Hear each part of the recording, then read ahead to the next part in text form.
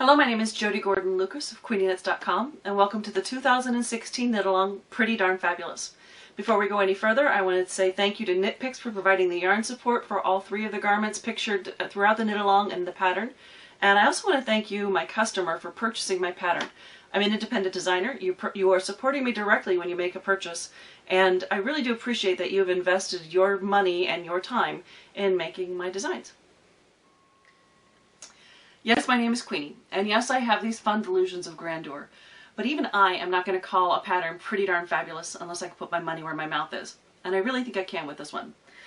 First, I've created a really unusual construction that works from the center out, and that gives you some options, really fun options for stripes, and I gave you 3 different ways to create these stripes in the pattern.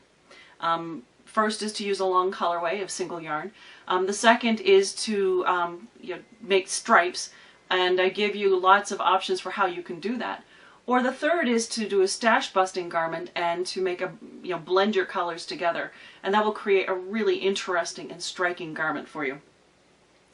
I have given you the option for a wide range of sizes, all the way down to 9 inches for a micro preemie, and that's a 9-inch chest. Look how small that is. And all the way up to a men's 64. And these are broken down into 1-inch increments, so you can make exactly the size that you want. I'm not going to give you a specific yarn weight to work with. You can use any weight of yarn between fingering and bulky weight yarn. And I've done my very best to give you accurate yarn estimates, quantity estimates, for all of these yarn weights. And I've included an estimate based on mass. So if you have naked yarn without labels or partial skeins, you can weigh it and come up with a pretty good idea if you have enough yarn to make your garment. You can have your garment be a pullover or a cardigan. I've got 3 different neck finishes for you. You can have a hood, or you can have a wide collar, or just a plain Henley type finish. But all that makes it good. These are all really good things. But what makes it pretty darn fabulous is the file that you get when you purchase my pattern. And your file is a P.D.F, or P.D.F, pretty darn fabulous. So in this file are fields where you can enter your information and save it. But not only can you save it, once you enter your size and your gauge information, the file will do all the calculations for you. So you can have a completely customized garment in any size with any weight yarn, and you never have to pick up a calculator. And that is pretty darn fabulous. So this video is going to cover the decisions that you need to make in making your pretty darn fabulous. And there's a lot to do, so let's get started. Your first job is to pick your yarn. I'm going to be showing you 3 different yarn selection options. The first is to use a single strand of yarn, and for one of my garments I'm going to be using chroma worsted in the sandpiper colorway. And everything is just going to be the one type of yarn, and it's going to create wonderful stripes for me. Another option is to make just a solid color. But this is probably my favorite way of making a pretty darn fabulous. Extremely effective. So the second garment I'm going to be making is going to be worked in stripes, and I'm going to use 2 different colors, one color at a time, and I'm going to be making it in Preciosa. This is Knit Picks Preciosa, in Sasquatch and Tadpole. And I'll include in the pattern a chart for the striping pattern that I do, but truly there's an infinite number of ways that you can create stripes. There are a few rules. One is all of your yarns have to be the same weight and fiber, and you're going to hold only one at a time, and you have to work an even number of rounds or rows in each color. And when you are picking your yarns, I recommend that you find the ultimate 3-in-1 color tool. And this is a really fun way of selecting yarns that are compatible. It uses color theory, and what you do is you pick the primary color you want. So here's aqua, and then it will show you the different yarn combinations that will work well with that main color. I use this a lot. Okay, so that is the second option. We have a single strand, we've got some stripes, and the third option is to take all of your miscellaneous remnants and throw them together and see what you end up with. And I'm calling this a blended version. And there's some rules with a blended version. The first is all of your yarn has to be the same weight and the same fiber. And then the second is you are always holding 2 strands at the same time, but those 2 strands are from different balls of yarn. They're 2 different colorways. And then the third rule is you only change 1 color at a time. So 1 color of yarn will be held with 2 different strands, and it spreads out the colors quite effectively. So here's more on how to combine yarns for a blended version. These are the 6 colors of Hawthorne Sport that I used to create the blended version. I thought they were a pretty good representation of, the stashes of hand-painted sock yarn remnants that many of us have. A really good trick for figuring out how your hand-painted remnants are going to look when they're paired is to use a kaleidoscope. And I'm going to use my photo editing software and add a kaleidoscope filter to give you an idea how that might work. When I rotate through the kaleidoscope, looking at this picture of my yarn bowl, there's nothing I'm finding objectionable in the color combinations. In fact, I think it's quite lovely. So if you do this and there's a glaring note, you can take that color out and give it another try. Boy, this is really fun.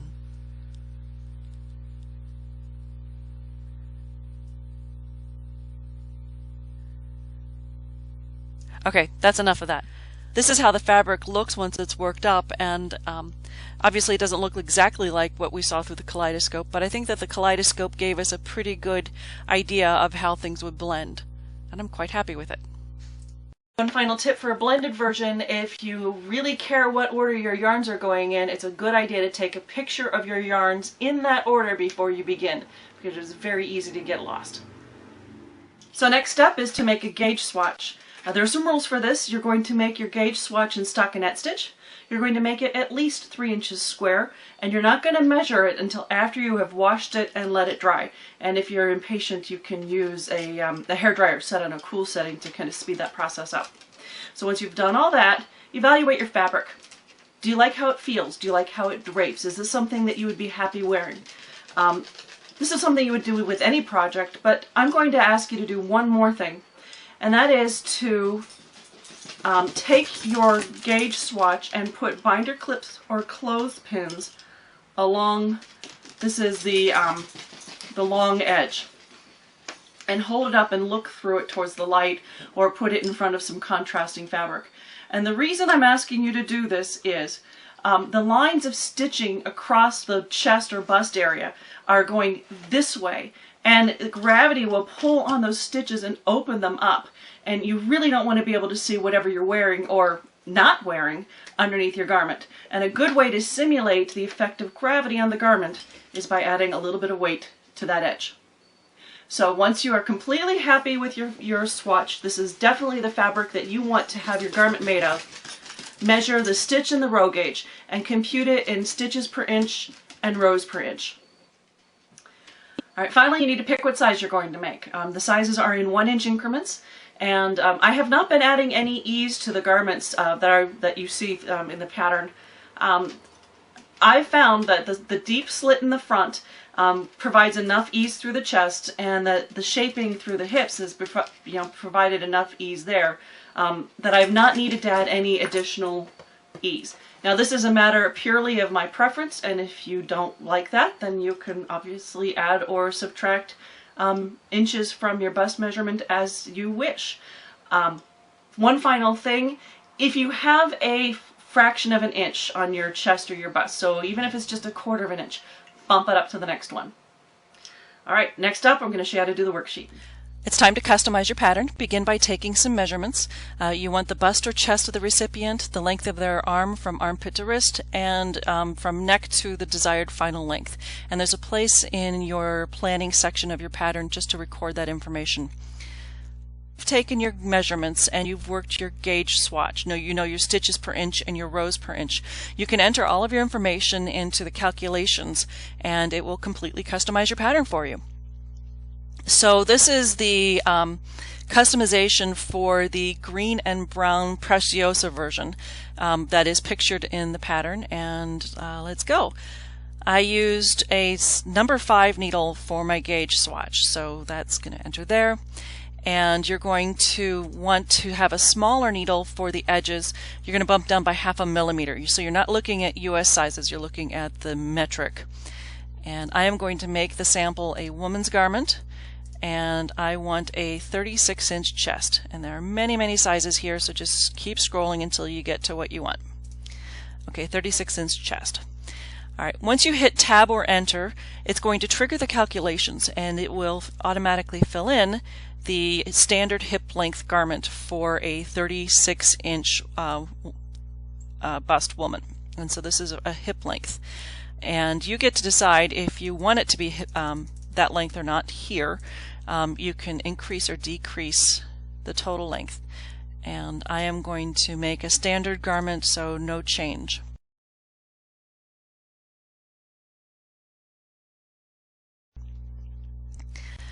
So next there is a diagram of a hood on the calculations page.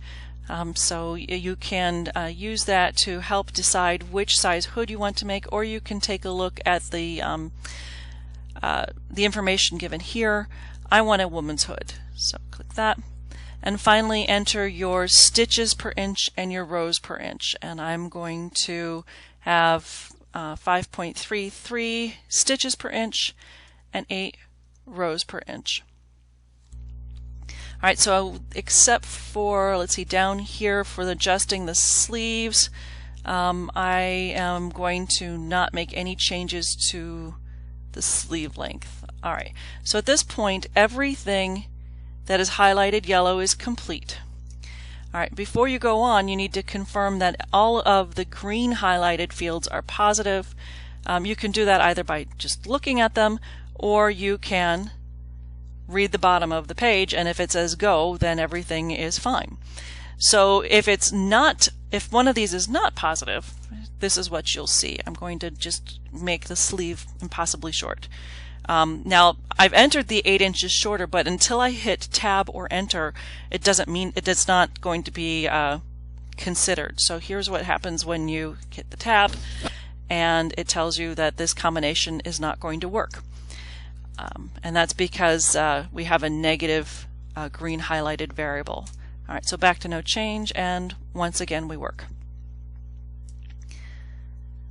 Okay, so once you have entered all of your information onto the calculations page, it will fill in the fields for you on the details page, which is the next page. So it'll tell me how long of needles I need to use. And it will also give me some yarn quantity estimates. Alright, so let's take a little closer look at our yarn quantities. I am not planning a hood for this garment, so there's going to be no increase needed in the total yardage required. So the yardage needed is 1428. This sample is going to be striped, and I can use the pattern repeat I've planned to estimate the number of yards I'm going to need for each color. And this is how you do that. Okay, my striping pattern repeat is 36 rows, and these rows are divided evenly between the two colors. This tool is particularly helpful if you've got kind of odd combinations. So for example, I had 18 in the first color, but 6 in the second color and 12 in a third color. So this will give my best possible yardage estimates that you would need for each color. At this point, you've entered everything that you need to enter into the pattern, and if you take a quick look down, you will see that the pattern has been customized for you. So now that you've finished your worksheet, I'd just like to talk briefly about where the information came from that I used to create it. The sizing information is predominantly from the Craft Yarn Council Standard Body Measurement Guide. This is an amazing resource. And I use it very heavily. The sizes that they did not provide, I was able to extrapolate from their trends and from clothing manufacturers' specifications online. The yardage estimates came from an app called Knit Handy. It's available through Interweave. It is phenomenal. I highly recommend it. And it's based on Ann Budd's book, The Knitter's Handy Book of Patterns. So what I did is I took what her estimate was for sweaters, and I compared it to the yardage that I was using in the garments that I was creating, and I found that it was really pretty accurate for the collared version, the wide collared version. So from there I was able to extrapolate out into sizes that she did not provide. I added a bit more, I figured about how much more a hood would add, I figured out about how much more working a man's would add, and I was able to come up with a pretty extensive list of estimates. The final thing I did is create an estimate of yarn quantities based on mass. And the reason I've done this is I really hope people will use this pattern to create stash busting garments, to use up their leftovers. And a lot of people, myself included, do not keep their labels with their leftovers, or they have partial skeins and they really don't know exactly how much they've got. So if you weigh all of your yarn, it will give you an idea of if you're in the right ballpark. And I created this estimate starting with the yardage estimates, and then I went to Ravelry and I took the average yards per 100 grams for the 10 most popular yarns in each weight category, so fingery, sport, DK, worsted, and bulky. And I used that information to come up with a mass estimate. This will tell you if you're in the ballpark, but it is not going to be as accurate as the yardage estimates. So the upshot of all of this is I've worked very hard to try to give you an accurate pattern in terms of both sizing and yarn quantities required.